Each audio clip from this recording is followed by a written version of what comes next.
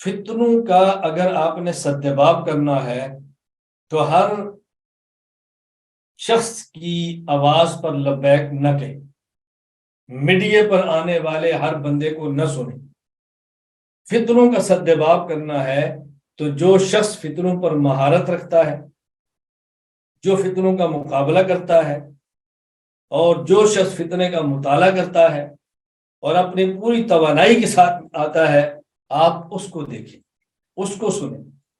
عموماً ایسے ہوتا ہے کہ ایک فتنے کے خلاف گفتگو ہوتی ہے، دلائل کے ساتھ ہوتی ہے، بڑی مضبوط اور مؤثر ہوتی ہے، اور ایک چلتا چلاتا کلپ آتا ہے ایسے بندے کا جس کا رد فتن موضوع بھی نہیں ہے، فتنوں پر اس کا مطالعہ بھی نہیں ہے، فتنوں کا رد اس کا مزاج بھی نہیں ہے۔ وہ ایک بات کہہ دیتا ہے تو لوگ کہتے نہیں فلاں نے تو یہ کہہ دیا، فلاں حضرت نے فرما دیا، فلاں شیخ صاحب نے فرما دیا، فلاں مفتی صاحب نے فرما دیا۔ میں ان سے پھر یہ بات پوچھتا ہوں، کیا ان کا اس موضوع پر مطالعہ ہے؟ کیا ان کا یہ موضوع ہے؟ کیا ان کا یہ مزاج ہے؟ جی نہیں۔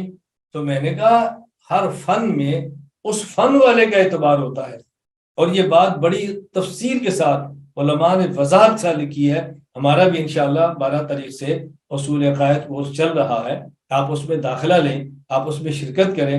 ہم نے تفصیل سے اس پر بات کی ہے کہ تفسیر میں ماہر تفسیر مفسر کا قول معتبر ہے، حدیث میں ماہر حدیث محدث کا قول معتبر ہے، اور فقہ میں ماہر فقہ فقیہ اور مفتی کا قول معتبر ہے۔ اسی طرح ہر فن میں اس فن کے ماہر کا اعتبار ہوتا ہے۔ تو فتن کے مقابلے میں بھی رد فرقے باطلہ کرنے والے شخص کی بات معتبر ہوتی ہے، دائیں بائیں دیکھنے کی حاجت نہیں ہے۔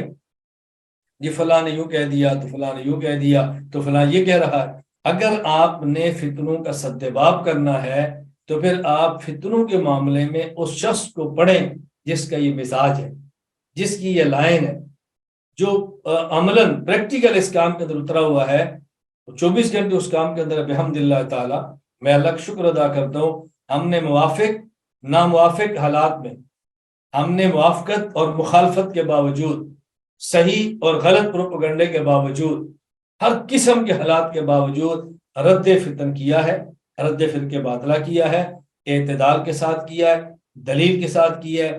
اللہ توفیق عطا فرمائے، جس حد تک ممکن تھا اخلاص کے ساتھ کیا ہے، پہلے بھی تھے آج بھی ہیں، اور اللہ تعالیٰ آئندہ بھی عافیت کے ساتھ رد فرقے باطلہ کی توفیق عطا فرمائے۔ تو میں آپ سے گزارش کروں گا، ہر بندے کی بات نہ سنیں، ہر بندے کا بیان نہ سنیں، ہر بندے کی بات تحریف پر توجہ نہ دیں، بس شخص متعین کریں جو آپ کا دل کرتا ہے، جو اس عنوان پہ آپ بہتر سمجھتے ہیں، پھر آپ کو کام کرنے کا لطف آئے گا۔